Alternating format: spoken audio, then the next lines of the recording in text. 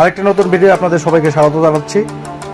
স্পিন্স পালং শাক, পালং শাকের খেতে এই পালং শাক দেখাচ্ছে আমাদের। চলেন এবার লিচি দেখি। লিচি এর বাংলা অর্থ হলো লিচি। দেখেন চায়না থ্রি লিচু। জিঞ্জার এর বাংলা অর্থ হলো আদা। দেখেন কি পরিমাণে আদা উৎপাদন হয়েছে, প্রতিটি গাছে কতগুলো করে আদা। ক্যারট বাংলা অর্থ হলো গাজর। এদের চাষাবাদ পদ্ধতিটাই সম্পূর্ণ ভিন্ন।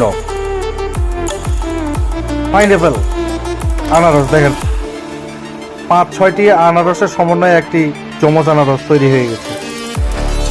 জিকামা এর বাংলা অর্থ হলো শাকালু, কেশর ইত্যাদি ইত্যাদি। তাদের চাষাবাদ পদ্ধতিটাই ভিন্ন। ধন্যবাদ ভিডিওটি দেখা।